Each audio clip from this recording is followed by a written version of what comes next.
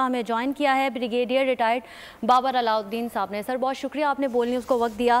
سر مزید سیاسی جماعت کے شرپسندوں کے ملوث ہونے کے شواہد سامنے آئے ہیں، کیا لگتا ہے آپ کو ان کے خلاف کیا سخت سے سخت کارروائی کرنی چاہیے؟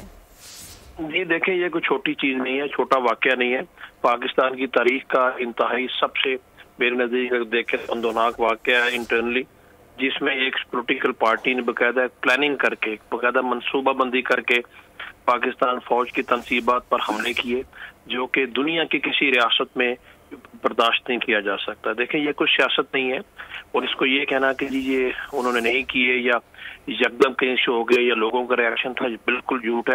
ان کے رہنماؤں کی فوٹیجز موجود ہیں، بیانات موجود ہیں، وہ جشن مناتے ہوئے دیکھے جا سکتے ہیں، وہ کریڈٹ لیتے ہوئے دیکھے جا سکتے ہیں، لوگوں کو ورگلا رہے ہیں، اشتعال دلا رہے ہیں، لیڈ کر رہے ہیں ان چیزوں کو، ان تمام واقعات کو۔ تو یہ تو ایک پاکستان کی دنیا جہاں میں بدنامی ہے اور پاکستان کی فوج کے اوپر حملہ ہے، یہ کسی صورت برداشت نہیں کیا جا سکتا۔ یہ کوئی سیاست نہیں ہے، اور اگر سیاست کی آڑ میں اگر اس میں کوئی لیوریج لینا چاہتا ہے تو میرے خیال اس کو بالکل الاؤ نہیں کرنا چاہیے۔